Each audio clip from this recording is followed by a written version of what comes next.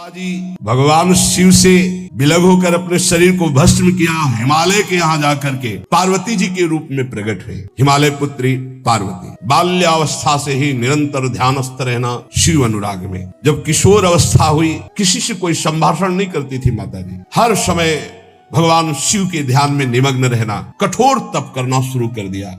जो बिल्व पत्र सूख कर गिर जाते थे, माताजी उसको अपने मुख में रख करके पा लेती। एक बिल्व अपर्णा, शरीर सूखने लगा। माताजी का नाम अपर्णा। भारी तपस्या। भगवान शंकर को एकदम बोध हुआ कि सती का जन्म पार्वती के रूप में हिमालय के यहाँ हो चुका है और वो हमारे लिए कठिन तपस्या कर रही है। तो सप्त ऋषियों को बुलाया और उनसे कहा कि जाओ इनके प्रेम की परीक्षा लो। जानते हैं, सब कुछ जानते हुए भी ये होता है। जैसे लोग कहते हैं भगवान जानते हैं अपने भक्त को, तो परीक्षा क्यों लेते हैं? तो पढ़ाया तो टीचर ने ही है, तो सालाना परीक्षा तो होगी ही कि तुम क्या पढ़े हो।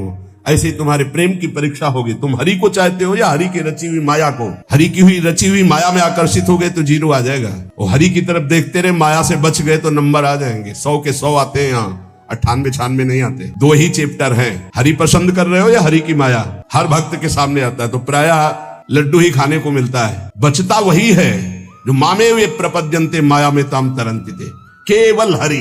हे सप्तऋषियों, जाओ, हमारी आज्ञा है। पार्वती की प्रेम की परीक्षा लो, यदि पास हो जाए तो उनको तपस्या से निवृत्त करो। बोलो महादेव जी प्राप्त हो जाएंगे। जाओ भवन को चली जाओ, तपस्या की आवश्यकता नहीं। ऋषियों ने जाकर के पार्वती जी को देखा, मानो मूर्तिमान तपस्या विराजमान, अस्थिमात्र हुए रहे शरीर, सूखे पत्ते बिल्व के। मुनि बोले, हिमांचल नंदिनी, इतना कठोर क्या प्राप्त करना चाहती हो? किसकी आराधना कर रही हो? तुम्हारा लक्ष्य क्या है? यदि हम सुनने के अधिकारी हो तो आप कृपा करके बता सकती हैं। पार्वती जी ने कहा, मन बड़ा सकुचाता है आपसे बताने में। आप लोग कहीं मेरी हंसी ना उड़ा दें, जो मेरा लक्ष्य है। मैंने भी बहुत सिखाने की कोशिश की, लेकिन मेरा मन नहीं मान रहा, हठ पकड़ लिया है। क्योंकि मेरे गुरुदेव ने मुझे जो आकर के बचपन में बता दिया, मैं वही हृदय से स्वीकार कर ली। मुनियों, वैसे आप भी हंस दोगे। ऐसा लगता है जैसे हम भारी प्रबल धारा में बालू का बांध बनाना चाहती हैं। कहाँ भगवान शिव और कहा मैं? मेरे गुरुदेव नारद ने बचपन में आकर के कहा, तुम्हारे पति देवाधिदेव महादेव होंगे।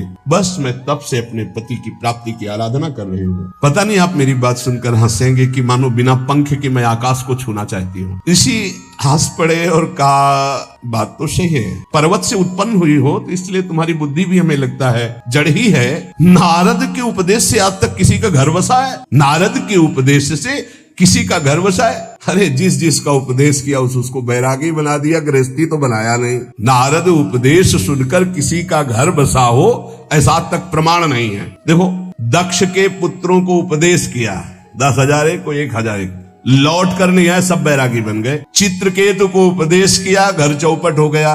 प्रहलाद जी को उपदेश किया, पूरा हिरण्यकश्यप का नाश हो गया। तुम्हारे गुरु नारद जी की जो सीख सुना बर्बाद हो गया, बाबा जी बन गया, भजनानंदी बन गया। वैसे हम बताएं, नारद जी हैं बड़े कपटी। ऊपर से साधु का चिन्ह है, अंदर से कपट। क्या कपट? उसके संसार का नाश कर देते, भगवान से जोड़ देते हैं। मुझे नारद जी की बात कम समझ में आती है। ये उल्टा बोल रहे ऋषि परीक्षा के लिए, गुरु निष्ठा हटाने के लिए, समझ रहे हो? पार्वती जी ने कहा, बचपन में मेरे गुरुदेव ने बता दिया, वही मैं। नारद जी की बात आज तक घर किसका? जो नर नारी नारद की बात सुने, भवन त्याग करके भिखारी बन गया, प्रमाण है। उनके वचनों पर तुम विश्वास मान रही हो? महादेव जी को पति निर्गुण नीलाज कुबेश कपाली अकुल अगेह दिगंबर ब्याली। नारद जी ने तुम्हें भगवान शिव को पति बिल्कुल निर्गुण समझो। निर्गुण को बता, दूसरा भी अर्थ होता है और एक अर्थ होता है कि कोई गुण नहीं। नीलाज,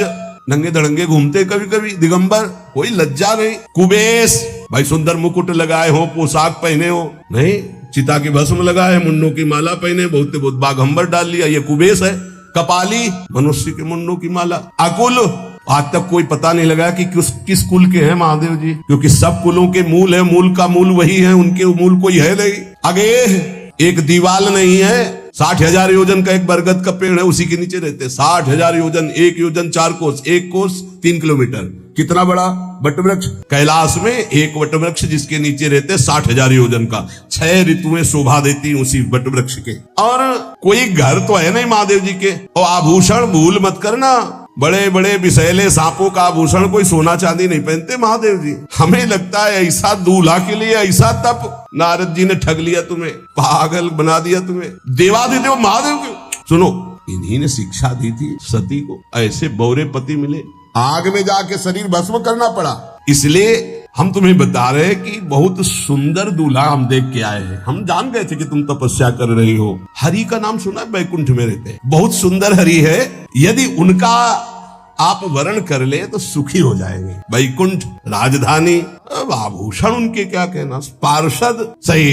ऐसे शिव जो चिता की राख लगाते हैं, सांपों की माला पहनते, मुंडों की माला, सांप का जनेऊ, बाघंबद, हमें तो पसंद नहीं आए। और हमारी बात मान लो, ऐसे के पास स्त्रियां टिक नहीं सकती, जिनके घर नहीं, आभूषण नहीं, धन नहीं, कोई भोग सामग्री नहीं, उदासीन, उनको किसी से मतलब नहीं। तो सुनो, हमारा विचार स्वीकार कर लो। बहुत सुंदर त्रिभुवनपति, बड़े सुशील गुणवान, जिनका यश वेद गाते गाते अघाते नहीं है, कोई दोष नहीं, सद्गुणों के समुद्र, लक्ष्मीपति, वैकुंठाधिपति। तुम्हें कुछ नहीं करना, हाँ बोलो, वो आएंगे, गरुड़ पे बैठाल के ले जाएंगे, तपस्या करने की जरूरत नहीं। पार्वती जी बहुत हंसी, सुनति बिहसी कहा वचन भगवान। अच्छा अच्छा अच्छा, आपने ठीक कहा कि पर्वत से हमारा प्रादुर्भाव हुआ है, इसलिए आपको ये भी पता होगा कि पर्वत बहुत हठीला होता है, जहाँ डटा है वहीं डटा रह सकता है। सुनो, पर्वत से सोना भी उत्पन्न होता है, जो आग में जलाने पर भी अपना तेज बढ़ाता है, घटाता नहीं। तुम मेरे गुरुदेव के प्रति ऐसा बोले कि वो जिसको उपदेश करते हुए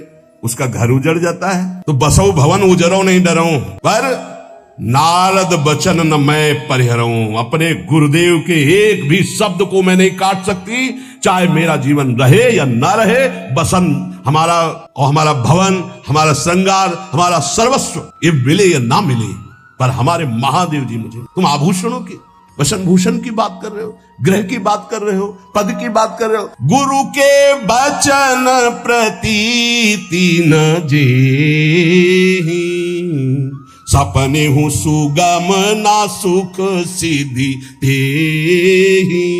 एक बात तुम्हें बता दूं सप्तऋषियों, जिसे अपने गुरुदेव के वचनों पर विश्वास नहीं, गुरुदेव का भरोसा नहीं, उसे कभी कोई सुख और सिद्धि कदा प्राप्त ही नहीं हो सकती। महादेव अवगुण भवन विष्णु सकल गुण धाम, जय कर मनुरम जाहि संते ही संकाम। आपने बताया कि महादेव में कोई गुण नहीं है और विष्णु समस्त सद्गुणों के धाम है, मैं मानती हूं, लेकिन मेरा मन महादेव जी से रम गया है। अब तो केवल महादेव जी, पहले मिलते हो सलाह करते तो तुम्हारी बात सुनती, अब तो गुरुदेव नारद जी ने जो उपदेश किया वही मैं करूंगी। ये इष्ट निष्ठा होनी चाहिए। अब तो हमारा जन्म आराध्य देव के लिए, अब कौन गुण दोष का चिंतन करे। करोड़ जन्म लूंगी, अगर इस जन्म में महादेव जी ने मिले तो करोड़ जन्म लूंगी, हर जन्म तब करूंगी, पर हमारे प्रीतम होंगे महादेव, पति होंगे महादेव। हजार बार आकर के, सैकड़ों बार आकर महादेव जी भी कहें कि अपने गुरुदेव के वचन छोड़ दो, तो मैं अपने गुरुदेव के वचनों का त्याग करने वाली नहीं। आप जा सकते हैं, बहुत जगत में कुंवारी कन्याएं और कुंवारे वर हैं, उनका ब्याह करा दीजिए। मेरी तो केवल एक ही बात रहेगी, हर जन्म महादेव जी के लिए। समस्त सप्तऋषियों ने साष्टांग दंडवत की और कहा, जगदम्बा आप नित्य शिव की अर्धांगिनी, भगवान शिव ने ही मुझे भेजा था आपकी परीक्षा के लिए। जाओ, भगवान शिव सब जान रहे हैं, ब्याह पक्का, अब आपको तप करने की जरूरत नहीं है। प्रणाम करके सप्तऋषि गए, हिमांचल से कहा सादर अपनी कन्या को लेवा लाओ और ब्याह की तैयारियां शुरू करो। महादेव जी ब्याह के लिए पहले से ही राजी हैं और समस्त देवता ब्रह्मा जी आज उनके पास जा रहे हैं प्रार्थना करने के लिए। इधर जब पार्वती जी को लेकर हिमालय अपने घर पे आते हैं, तब भगवान विष्णु, समस्त देवता, ब्रह्मा जी कैलाश पहुंचे, जहां भगवान शिव विराजमान थे। सबने स्तवन किया और कहा, प्रभु, भगवान विष्णु, ब्रह्मा जी, समस्त देवताओं ने कहा, प्रभु हम सबके मन में एक उत्साह है, आप दूल्हा हो, हम सब बराती हो, आपका विवाह देखना चाहते हैं। प्रभु ये उत्सव देख ले तो हमारा जीवन सार्थक हो गया, आप हाँ बोलो। कामदेव के मद को चूर करने वाले आपको दूल्हा रूप में देखना चाहते हैं हम सब। स्वामी का स्वभाव होता है सेवक को सुख देना। पार्वती जी ने अपार तप किया है आपके लिए, आप उनको अंगीकार कीजिए। भगवान विष्णु, ब्रह्मा जी की प्रार्थना सुन करके भगवान शिव जी ने कहा, तथास्तु, ठीक है ब्याह पक्का। देवताओं ने नगाड़े बजाए, फूलों की वर्षा होने लगी, देवाधिदेव महादेव की जय के नारे कैलाश में गूंजने लगे। सप्तऋषि भगवान शिव के पास आए, कहा प्रभु बड़ी अनन्य है पार्वती जी, आप अखंड प्रेम है, हमने बड़ा छल करके उपदेश किया, लेकिन उन्होंने कहा कि मैं नारद जी का उपदेश नहीं त्याग सकती, करोड़ों जन्म लूंगी और हर जन्म महादेव जी के लिए। भगवान शिव जी की आंतरिक वृत्ति जो पार्वती जी की प्रीति की है उसे कोई नहीं जानता। बहुत विरह में रहे, ऐसा न समझे कि देवाधिदेव महादेव जी परम उदासीन है, नहीं, सती जी के वियोग में बड़ी विचित्र दशा महादेव जी की हुई थी। सप्तऋषि फिर गए पार्वती जी के पास और कहा भी बीच में घटना घट गई, कामदेव गया था महादेव जी की समाधि को भंग किया तो महादेव जी ने कामदेव को भस्म कर दिया, तो ब्याह का मतलब क्या रह गया। भवानी ने कहा तो तुम क्या अभी तक भगवान शिव को काम युक्त देखते थे क्या तुम समझते हो तुम्हारे जान काम अब जा रहा, अरे अब लग शंभु रहे सभी कारा, तुम्हारी नजर में अभी तक भगवान भिखारी थे और अब काम को भस्म किया है। अरे हमने भगवान शिव की आराधना की, हमारे जानी सदा शिव जोगी अज अनवद्य अकामो अभोगी। मैंने तो शिव को सदा ही योग संपन्न ब्रह्मबोध देखा है, वचन और कर्म से मन से मैंने यदि भगवान शिव को अपना स्वामी माना है, योगी अजन्मा अनिंद्य काम रहित भोगहीन, तो निश्चित मुझे प्राप्त होंगे। भगवान शिव के पास फिर सप्तऋषि गए, बोले प्रभु गजब की निष्ठा है, केवल आपके प्रति प्रेम है। ब्रह्मा जी ने लगन रची, सप्तऋषियों को बुलाया और कहा ब्याह दोनों तरफ, ये लड़की पक्ष की लगन, ये वर पक्ष की लगन। ब्याह तय हो गया, दिन नक्षत्र घड़ी, नगाड़े बजने लगे, देवताओं के लिए सुमन वृष्टि हुई। ब्रह्मा जी ने सबको बुलाया, हिमालय ने सबको निमंत्रण दिया, बड़े बड़े पर्वत भेंट लेके आ रहे हैं, बड़े बड़े रस निधि समुद्र भेंट लेकर के आ रहे हैं। वहां भोजन पान के लिए हिमालय के पास कोई कमी थोड़ी थी, रस की नदियां बह रही थी, विविध प्रकार के रस, विविध प्रकार के फल, विविध प्रकार के भोग वहां सब व्यवस्थित किए जा रहे हैं। ब्रह्मा जी ने कहा देखो सबसे पहले नारायण की समाज रहेगी, दूल्हे की नहीं रहेगी, नहीं तो गाली ही पड़ेगी। हिमालय के यहाँ प्रवेश पाने के लिए बरातियों में सबसे पहले नारायण, फिर देवराज इंद्र का परिकर, वायु देवता, अग्नि देवता, सबसे पीछे दूल्हा की बारात। बात तय हो गई, ऐसे ऐसे सब अपने अपने वैभव संपन्न सब तैयार हो रहे हैं। बोले महाराज दूल्हे को तैयार किया जाए। दूल्हे की तैयारी हो रही भाई, चिता की भस्म, चिता की भस्म, इसे पाउडर ले गए, पहले चिता की भस्म लगाएंगे। अब जटाएं बांधी गई, जटाएं से त्रिभुवन का विनाश जब करना होता, जटा खोलकर जब तांडव करते तो कोई नहीं बचता। जटा कटा संभ्रमम भ्रमण निलंप निर्झरी बिलो लवी चिवल्लरी विराजमान मूर्धनि धगत धगत धगत जो ललाट पट्ट पावक। तीसरा नेत्र मानव विश्व का विनाश करने के लिए उसे पटबंद किए हुए विशाल जटाएं। जटा का तो मुकुट सवारा गया, अब जटा बंद है का ऐसे सांप, ये मुकुट सांप, और कुंडल करिया और भूरी भी थी, हाँ सोने चांदी के लिए, डंक मार दे तो बेहोश हो जाओ। पहिरे ब्याला, बाजू बंद छोटे फण वाले, है कोई पनिहा कोई दुमहा ऐसे, और ऐसे जनेऊ वासुकी नाग, गले के माला भगवान का विभूत, ऐसा स्वरूप है, और शेर की छाल नीचे, शशि ललाट द्वितीया का चंद्र, शशि ललाट ये मुकुट, द्वितीय का चंद्रमा, सुंदर सिर गंगा, भगवती गंगा, फवारे ले उठते जटा के बीच से गंगा जी। नयन तीन, माथे वाला बंद है, दो खुले हैं, उपवीत भुजंगा, जनेऊ वासुकी नाग, गरल कंठ नीलकंठ विषयां रोके हुए, और मुंडों की माला, हाथ में त्रिशूल, डमरू बंधा हुआ, नंद के स्वर पे सवार। बोले ऐसे दूल्हा के लिए दुल्हन तो त्रिभुवन में नहीं मिलेगी, ऐसा दुल्हन का मिलेगी। अच्छा दूल्हा सज गया, ब्रह्मा जी ने देखा, बोले महाराज आगे आपकी सवारी। नारायण भगवान उनके चतुर्भुज पार्षद, शोभा सुगंध सौरभ, आगे गरुड़ पे सवार, पीछे हंस पे सवार, ब्रह्मा जी अपना परिकर, देवराज इंद्र, भगवान विष्णु जी दूल्हे की तरफ देखे, बोले महाराज विष्णु कहा अस बिहस तब बोल सकल दिशराज, बिलग बिलग होई चलो सब निज निज सहित समाज। कोई भी दूल्हे के पास मत फटको, पीछे रहने दो, सब अलग अलग समाज चलो, नहीं पानी नहीं मिलेगा हिमालय के अगर आगे ये हुई तो। अब तो वर अनुहारी बरात न भाई, हंसी करहियो पर पुर जाई। नारायण ने कहा कि दूल्हा के अनुरूप ही हम सब बराती नहीं भैया, दूल्हा सबसे पीछे, सब बराती क्रम से पहले हम, फिर ब्रह्मा जी, फिर देवराज इंद्र, ऐसे सब। भगवान शिव ने कहा तुम अपने पार्षद सब लिए हो तो हम बुलाते हैं, श्रृंगी निकाली, जे ही बजाया तो भगवान शिव के पार्षद आ गए। शिव अनुशासन सुनि सब आए, प्रभु पद जलज शीस तिन जय हो महाराज की आज्ञा करो। अरे बोले विवाह हमारा बहुत दिलों से आओ, घुचप्पा जैसे देखो ना, अगिया बैताल। हाँ अब कैसे शिव के बराती हैं, जरा ये आगे पार्टी तो निकल गई बंदनी। ये जो भगवान शिव ने बुलाया बरातियों को, अपने साथियों को, किसी के एक को मुख नहीं, केवल मांसई का पिंड है, और किसी के पूरे शरीर में मुख ही मुख है, किसी के एक भी हाथ पैर नहीं है, लुढ़कता चल रहा है, और किसी के बहुत से हाथ पैर हैं, किसी के नेत्र नहीं है, किसी के बहुत नेत्र हैं, बड़ा विचित्र। किसी के हड्डी हड्डी है तो कोई बहुत मोटा है, कोई बहुत पतला है। तनखीन को अति पीन, पावन को अपावन, गति धरे भूषण कराल, कपाल कर सब सद्य सोनित तन भरे। खरस्वान सुअर सुकाल, मुख गण भेष अगणित को गने, बहुजिनस प्रेत पिशाच जोगी, जमात बरनत नहीं बने। पिशाचिनी खून लपेटे नाच रहे, भगवान शिव का विवाह। और भूत और किसी के सुअर के मुंह, किसी के कुत्ता के मुंह, किसी के गधा के मुंह, बड़ा विचित्र भेष भगवान के शिव के पास। नाचहि गावे गीत, कौन अप्सरा गंधर्व नहीं, परम तरंगी भूत हो, ऐसे बच रहा है। ये गान हो रहा है, हड्डी हड्डी है भूत की, भगवान शिव के सामने नाच रहा है, गा रहा। कैसा शोभा होगी, खून लपेटे पिशाचिनी, अगिया बैताल, रोड लाइट, अगिया बैताल, भगवान शिव की बारात। भूत प्रेत बड़े मौजियल, स्वामी का विवाह हो रहा है, खूब छिड़क कर नाच रहे, देख ले तो मूर्छा आ जाए।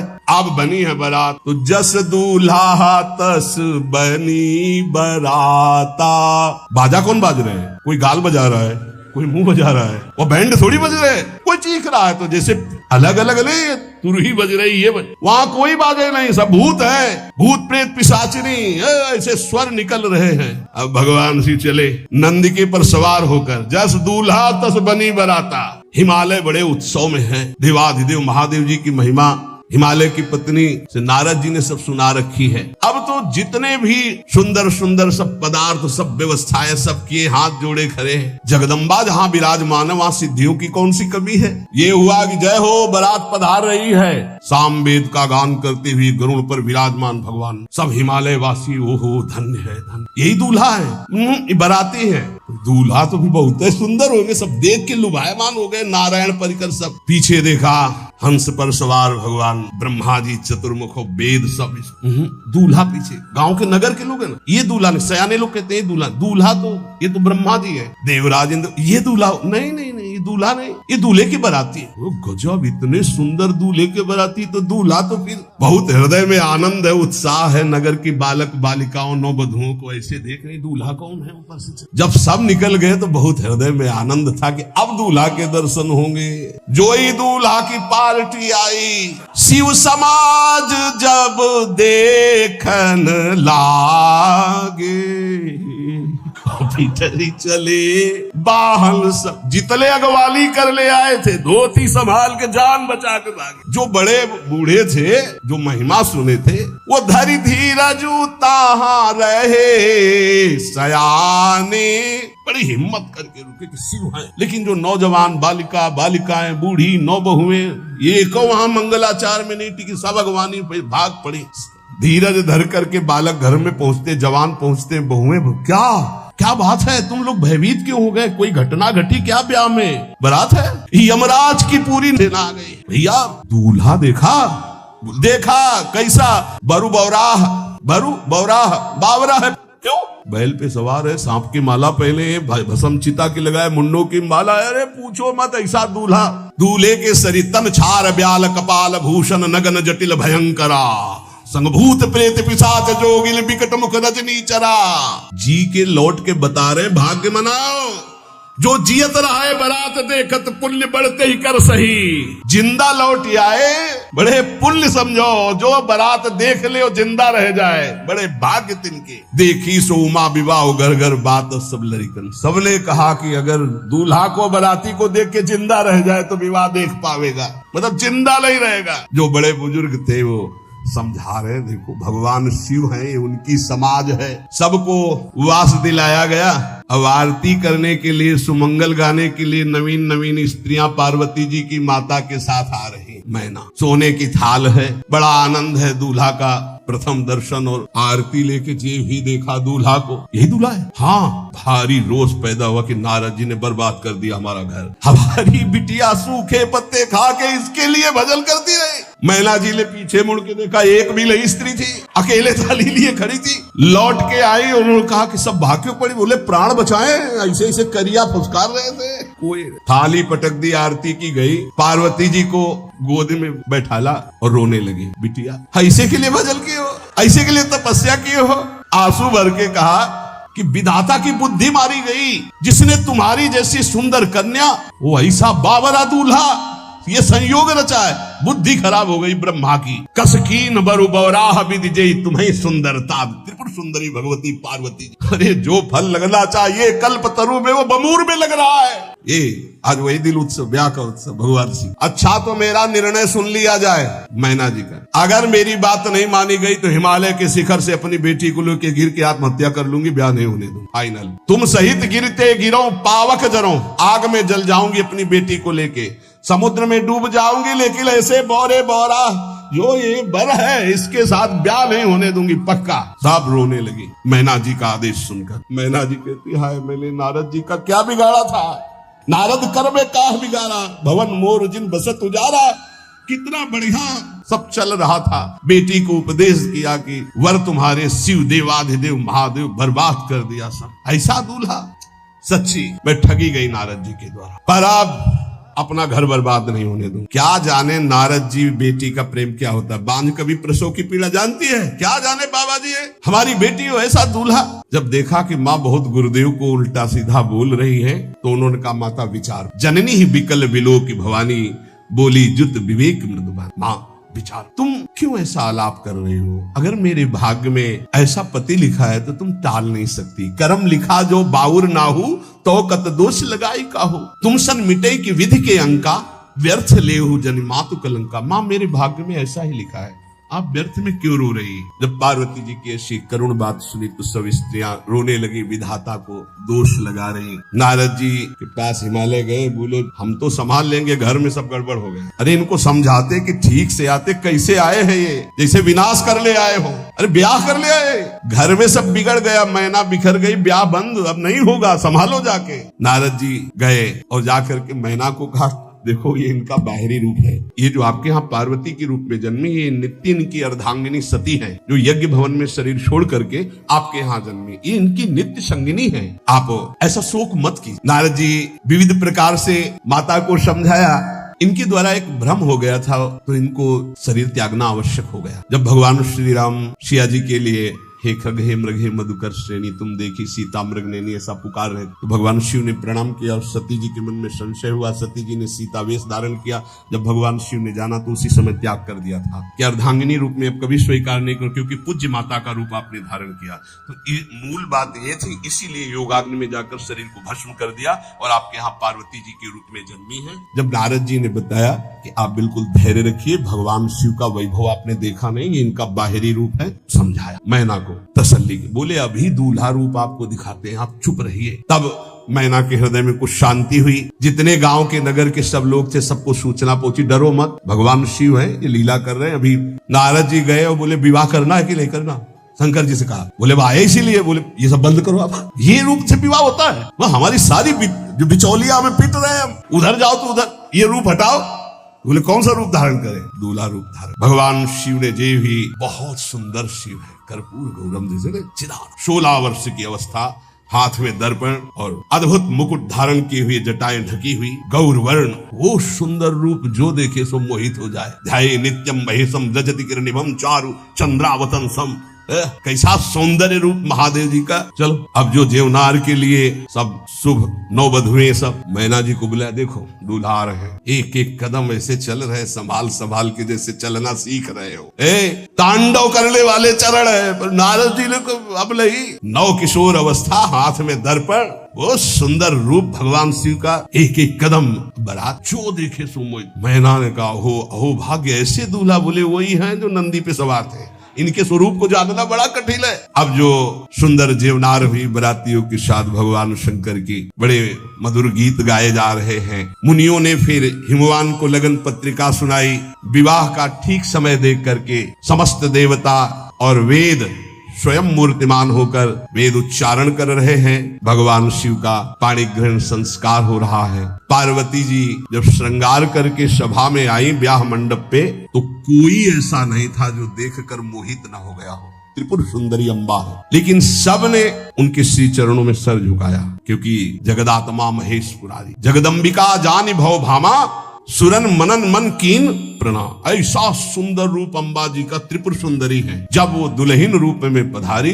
कोई भी ऐसा नहीं था जो एक बार देखकर मोहित न हो, पर सब श्री चरणों में, क्योंकि जगदम्बिका है, भगवान शिव की आद्या शक्ति है। सुंदरता मर्याद भवानी जाय न कोटि बदन बखानी। करोड़ों मुखों से यदि वर्णन हो तो इस समय जो पार्वती जी का सुंदर रूप है, नव किशोरी और दुल्हन रूप, पार्श में बैठे अत्यंत सुकुमार, कपूर और चांदी की तरह गौर वर्ण, एकदम तेजोमय, विशाल नेत्र, स्वर्ण आदि के आभूषण, कहीं कोई एक बिच्छू सर्प कुछ नहीं, बिल्कुल नव किशोर राजकुमार स्वरूप भगवान शिव। पार्वती का मन रूपी भौरा शिव जी के रूप को देखकर लुभायमान हो रहा। आज्ञा भई ब्याह प्रारंभ हो। आश्चर्य की बात, गणेश जी का पूजन सबसे शुरू हो। मुनि अनुशासन गणपति पूजे शंभु भवानी, गणानान्त्वा गणपति गंघवामहे प्रियानान्त्वा प्रिय।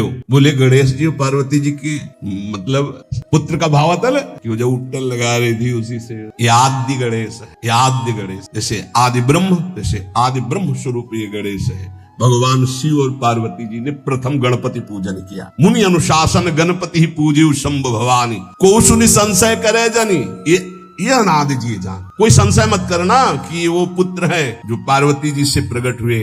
बोले नहीं, ये अनादि गणपति का पूजन हो रहा है, जो ब्रह्म गणपति। जस विवाह कै विधि श्रुति गाई, महामुनिन सो सब करवाई। गही गिरीश कुश कन्या पानी, भवई समर्पी जानी भवानी। पाणी ग्रहण संस्कार किया, कन्यादान, ये बहुत बड़ा गृहस्थ धर्म में परम पावन है। देखो जो हमारी पूर्व धर्म मर्यादा की संस्कृति कितनी पावन संस्कृति है, जिसको आज हम भूलते चले जा रहे हैं, मनमानी आचरण करते चले जा रहे हैं। इसलिए गृहस्थ भी सुखमय नहीं रह गया है। गृहस्थ अगर धर्म के अनुसार हो तो उसको परम पद की प्राप्ति होती, परम मंगल होता है। बहुत ये जो हमारी धर्म मर्यादा है बहुत सुख देने वाली है, लेकिन इसका प्रतिदिन उल्लंघन ही होता जा रहा है। न माता से मतलब, न पिता से मतलब, मनमानी आचरणों से मतलब, जो मन जैसे आवे वैसे बहे, ये हमारी धर्म मर्यादा। देखो स्वयं भगवान कैसी मर्यादा है। पाणी ग्रहण कर रहे, कुछ जल मंत्र, ब्रह्म ऋषि साक्षी, फिर पाणी ग्रहण। समस्त देवता मुनिगण वेद मंत्र उच्चारण करते हुए जय हो जय हो जय हो, विविध बाजे बज रहे, पुष्पों की वर्षा हो रही। शिव और पार्वती जी का विवाह संपन्न हुआ। बहुत कुछ श्री चरणों में भेंट रख करके हिमांचल ने प्रार्थना की, प्रभु आप तो कृपा के समुद्र हैं, अगर मेरी पुत्री से कभी कोई गलती हो जाए तो क्षमा कर। नाथ मामम प्रांशम ग्रह किंकरी करेहु, क्षमेउ सकल अपराध वही प्रसन्न वरदेव। हे शिव आपसे एक ही प्रार्थना है, मेरी पुत्री अबोध है, कभी कोई गलती कर दे तो हे नाथ मैं क्षमा चाहता हूँ, मेरी पुत्री से कभी आप रुष्ट मत। बहुत प्रकार से भगवान शिव ने उनको आशीष दिया, ढांढस बंधाया। फिर भगवान शिव और उमा आनंद पूर्वक कैलाश पधारे। गोस्वामी तुलसीदास जी कह रहे, मैं भला उस महिमा को कैसे गा सकता हूँ, मैं तो गवार बुद्धि का हूँ। भगवान शिव और माता पार्वती जी आज भी अब भी कैलाश में विराजमान है। हर गिरजा विहार नित नेऊ, यही विधि विपुल काल चल गए। भगवान शिव और पार्वती का जो मंगल में विवाह सुनेगा, भगवान के चरणों में प्रीति, समस्त पापों का नाश होकर हृदय की निर्मलता, हरिहर में प्रीति निश्चित प्राप्त होती है। क्योंकि परम वैष्णवाचार, परम बोध संपन्न जगत गुरु भगवान शिव की लीला हृदय के अहंकार को मिटाती है। ये अहंकार के अधिष्ठात्र देवता है भगवान शिव, और जब तक अहंकार रहता है तो हरि के चरणों में या प्रियाजू के चरणों में प्रीति नहीं होती। सुनहु राम कर सहज स्वभाव, जन अभिमान न राखे काहू। तो भगवान शिव जिस पर कृपा करते तो अहंकार का अपहरण कर लेते हैं और दैन्य भरी भक्ति हरि के चरणों में हो जाती है। इसीलिए भगवान श्री राम अपनी अयोध्या वासियों से हाथ जोड़कर कहा, और एक गुप्त मत सबई कहो कर जोरी, शंकर भजन बिना नर भगति न पावे मोरी। भगवान शिव और पार्वती का ब्याह संपन्न हुआ, आज भी कैलाश में नित्य विहार करते हुए विराजमान है। ऐसे उनके चरणों को प्रणाम करके अपने आराध्य देव के चरणों में प्रीति मांगते हैं। अगर आपको यह वीडियो अच्छी लगी है तो वीडियो को लाइक करें, कमेंट करें और चैनल को सब्सक्राइब जरूर करें। और मैं आपको मिलता हूँ कल एक और नए वीडियो के साथ। राधे राधे।